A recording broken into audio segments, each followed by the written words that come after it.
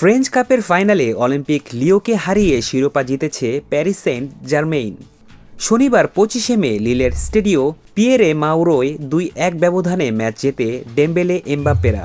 এ জয়ে রেকর্ড ১৫ বারের মতো ফ্রেঞ্চ কাপ ঘরে তুলল পিএসজি। ক্লাবে নিজের শেষ ম্যাচটি ট্রফি জয়ের সাথে রাঙালেন কিলিয়ান এমবাপ্পে।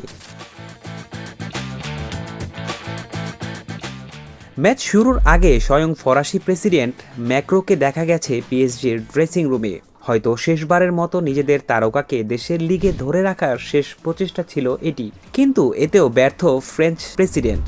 ঘোষণা অনুযায়ী মৌসুম শেষে ক্লাব ছাড়ার কথা ছিল এমবাপ্পের, আর ফ্রেঞ্চ কাপের ফাইনালই ছিল চলতি মৌসুমের পিএসজির শেষ ম্যাচ। খেলা শেষে এমবাপ্পেকে নিয়ে সতীর্থদের শূন্যে ভাসানো সেলিব্রেশনই বলে দিচ্ছিল শেষ আনন্দের উপলক্ষে মাতছেন তিনি।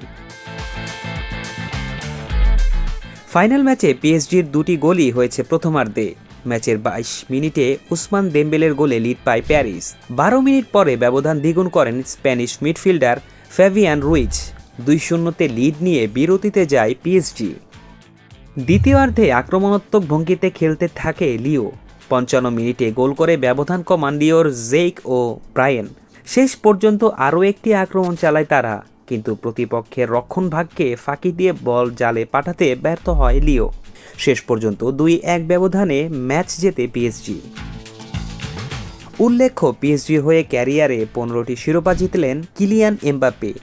তবে অধরা রয়ে গেছে উয়েফা চ্যাম্পিয়ন্স লিগ।